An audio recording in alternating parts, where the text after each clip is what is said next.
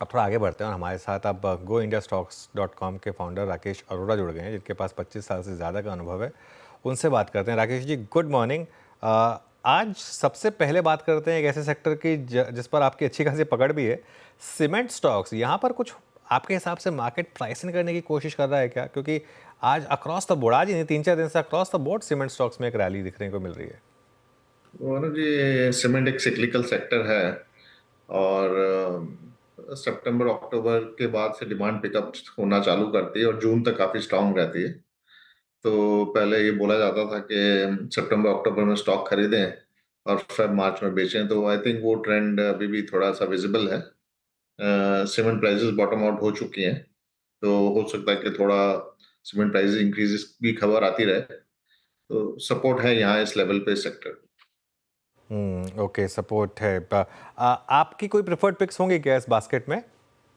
सौरभ, इसमें दो कैटेगरी के स्टॉक्स हैं। एक तो है जो कि लार्ज कंपनीज हैं, जैसे कि अल्ट्राटेक, अंबुजा, जो काफी स्ट्रांगली ग्रो कर पा रही हैं और उनके पास प्राइसिंग पावर भी है। तो एक तो ये कैटेगरी है, जो लॉन्ग टर्म इन्वेस्टर्स हैं वो यहाँ बने रहना चाहिए। इसके बाद थोड़ी अपॉर्चुनिस्टिक बाइंग पॉसिबल है, जो कंपनियां अक्वायर हो सकती हैं। तो वो भी एक देखा जा सकता है, क्योंकि अभी ऐसा माहौल नहीं है कि कोई बहुत एकदम तेजी है सीमेंट सेक्टर में। तो इन दो कैटेगरीज में ही आदमी को रहना चाहिए अभी। वो स्मॉल कैप, मिड कैप, जो जहाँ पे कोई उम्मीद नहीं है टेक ओवर की, उनको थोड़ा अवॉइड करना चाहिए। ओके, चलिए, तो इसको थोड़ा सा अब इस समय सीमेंट पर भी हो गया। एक और सेक्टर जहां पर अच्छा मोमेंटम बन रहा है वो है केमिकल्स। क्या यहाँ पर भी बॉटम बन रहा है राकेश जी, और क्या यहाँ पर रिस्क रिवॉर्ड फेवर में है फ्रेश बाइंग के? तो अनुज, काफी टाइम से लोग इस तरह स्पेकुलेट करते रहे हैं कहीं, लेकिन अभी भी माहौल इतना कमोडिटीज के लिए और केमिकल के लिए भी इतना कोई ज्यादा तेजी का मना नहीं है। लेकिन ये है कि वैल्यूएशंस करेक्ट हो गए थे और थोड़ा बाउंस आया है। बट मुझे लगता है कि अभी ये ट्रेडिंग रेंज में ही रहने वाले हैं। चाइना अभी भी काफी डंप कर रहा है और डिमांड सिचुएशन डेवलप्ड मार्केट में काफी वीक है।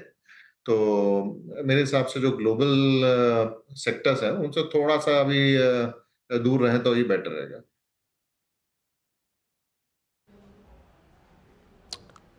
Rakesh ji, good morning. वीरेंद्र बोल रहा हूँ। यही प्रोस्पेक्टिव आपका मेटल्स पे भी है क्या? मतलब चाहे फेरस नॉन फेरस, इस पर आपका टेक। और दूसरी बात, गोल्ड की ट्रेजेक्टरी अब आपको क्या नजर आ रही है इस वक्त?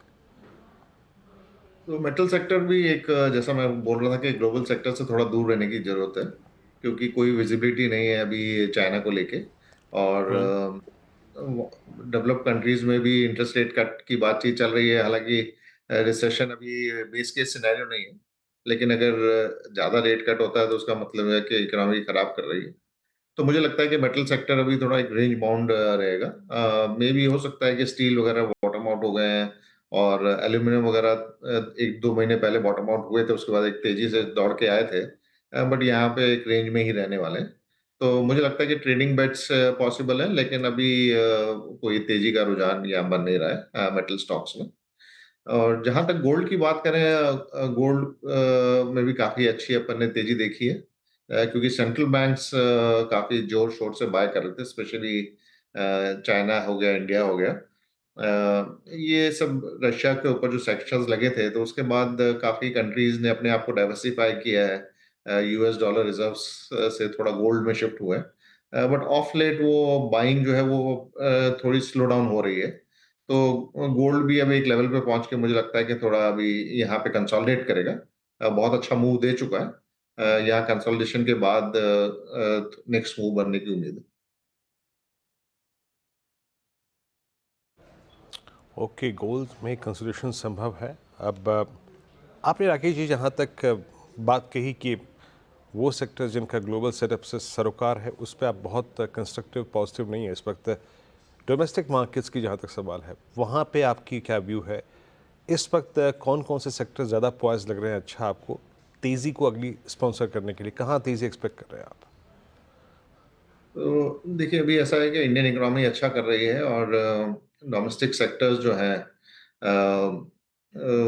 जो कि एक सिक्लिकल सेक्टर्स जो हैं डोमेस्टिक, उसमें वो थोड़ा बेटर करेंगे। तो क्योंकि क्या हो रहा है कि अभी कैपेसिटी यूटिलाइजेशन अगर हम देखें इंडस्ट्रीज का, तो ठीक ठाक सा चल रहा है और 75-80% के बीच में चल रहा है। दूसरा, चाइना प्लस वन स्टोरी की वजह से एक्सपोर्ट्स भी ठीक हो रहे हैं, गवर्नमेंट भी इंसेंटिव दे रही है मेक इन इंडिया को लेके।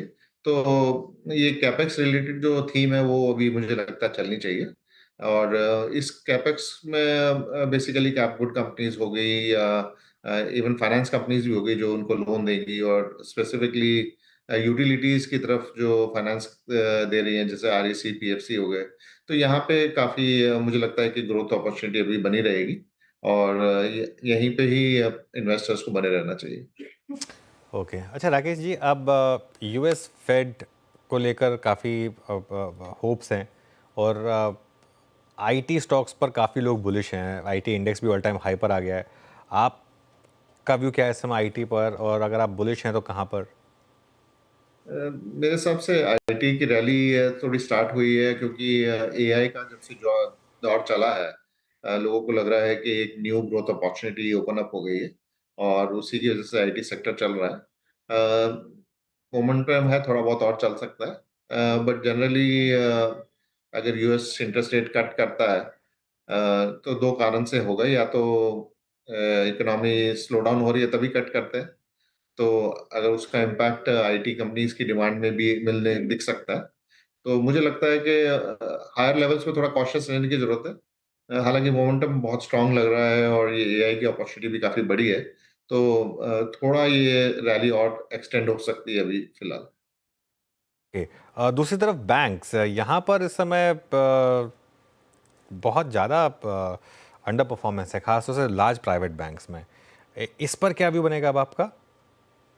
मेरे को लगता है कि प्राइवेट बैंक्स थोड़ा बेटर करना चाहिए, क्योंकि अभी तक जो माहौल था उसमें जो क्रेडिट क्वालिटी थी वो सब इम्प्रूव हो रही थी। तो क्या होता है कि जब सब कुछ ठीक चल रहा होता है तो जो थोड़े से इंफीरियर बैंक्स होते हैं उनको ज़्यादा फायदा होता है, और हमने देखा है कि उनकी रैली काफ़ी स्ट्रांग रही है। बट अब जैसे साइकिल थोड़ा मैच्योर हो रहा है और एनपीए साइकिल वापस से आ रहा है, तो मुझे लगता है कि जो अंडरराइटिंग स्किल्स हैं प्राइवेट बैंक्स की वो थोड़ी बेटर हैं। तो उनका जो डिफरेंशिएशन है जो अभी काफी कम हो गया था पिछले पॉजिटिव साइकिल में, वो फिर से दिखने लगेगा। तो मुझे लगता है कि प्राइवेट बैंक्स आउट परफॉर्म कर सकते हैं। इवन पीएसयू बैंक्स में जो लार्जर बैंक्स हैं वो भी ठीक ही करेंगे, बट जो स्मॉलर बैंक्स हैं वहां पे थोड़ा प्रॉफिट बुकिंग वगैरह रह सकती है। ओके राहुल, राकेश जी बहुत बहुत शुक्रिया आप इस कार्यक्रम में शामिल हुए। सभी सेक्टर्स पे, मेटल्स पे, सीमेंट पे, आईटी पे, बैंक्स पे अपना व्यू आपने शेयर किया। बहुत बहुत शुक्रिया सर इस कार्यक्रम में शामिल होने के लिए।